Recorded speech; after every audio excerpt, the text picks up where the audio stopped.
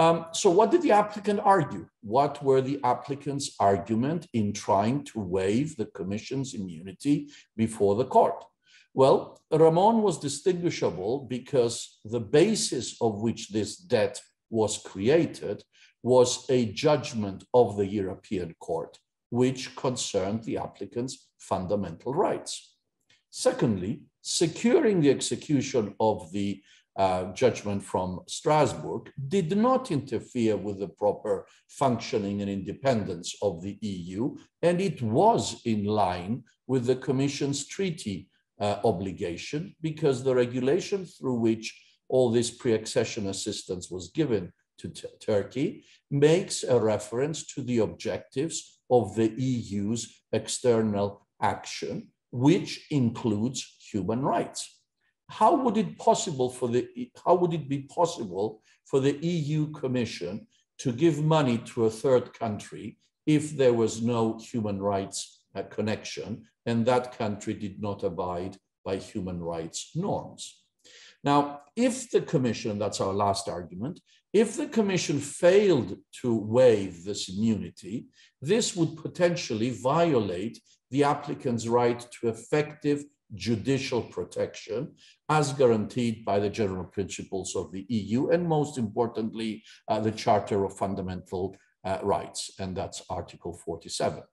So if we could move into the next slide, please. So what did the Commission say? We gave the applicant's side. Let's have the Commission's side. Interestingly, the Commission accepted the relevance of the human rights dimension of the case, but argued that this has already been considered. Secondly, the funds had been reallocated to finance projects pursuant to EU's foreign policy in other states, and consequently, Turkey could not possibly claim the amounts that had been initially earmarked and thus did not have a connection to that money. The Antipas test, that's the case law, precluded the waiver, as this would have amounted to an interference with the proper functioning of immunity if the immunity were to be waived. It would have affected, arguably, the way the EU Commission had worked. Lastly, the applicant's ability to bring an application pursuant to Article 1 of Protocol number 7 had safeguarded his rights under Article 47 of the Charter, and that should go no further. So what was the result? Let's take the next slide, please. Well, I'm afraid to tell you we lost. We were thrown out. The applicant's claim was rejected. It accepted the Commission's first argument regarding the lack of a liquidated claim by Turkey as against the Commission. So essentially, it said that there was not enough of a connection, nexus, if I may use that expression, to confirm that this money was earmarked for Turkey. Therefore, we couldn't go for it. And it refrained, interestingly, from taking any position on the human rights issues raised by the applicant, which I thought was the most interesting part of a potential judgment. Essentially, we lost. Sad, but it was an interesting case. What's the critique of the judgment?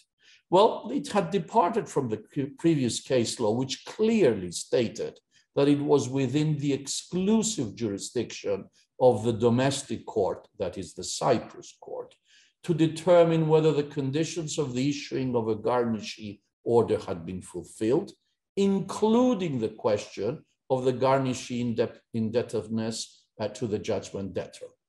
The question should have been determined by the Cyprus National Court upon its return, upon the case's return to the court to determine whether the garnishee order could become absolute.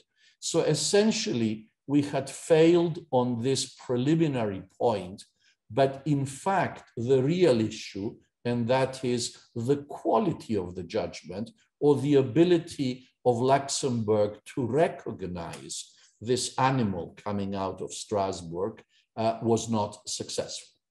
So let me turn to the next slide, please. So what are the next steps after this failure, if I can say, to execute or enforce the judgment.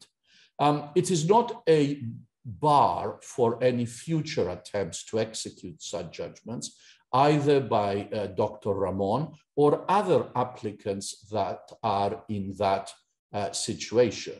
I think Article 1 of Protocol 7 is a very interesting way into the financing of the EU Commission, and it creates a wide open route which could allow the use of those funds which are earmarked either for third countries or even for member states to be the subject matter of execution of judgments even coming out of Strasbourg. So it's not obviously a silver bullet that can solve all these issues, but it's interesting, I would have thought.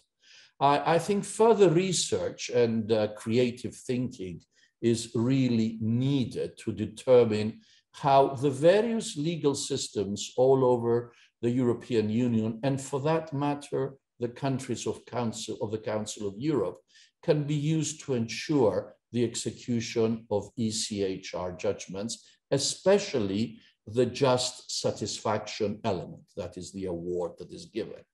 What I am trying to build here, and that's my final point, is that I would like to build a bridge on the basis of human rights from Strasbourg all the way into Brussels, passing by the Luxembourg court, which would be able to waive the immunity. So let me just have the last slide, please.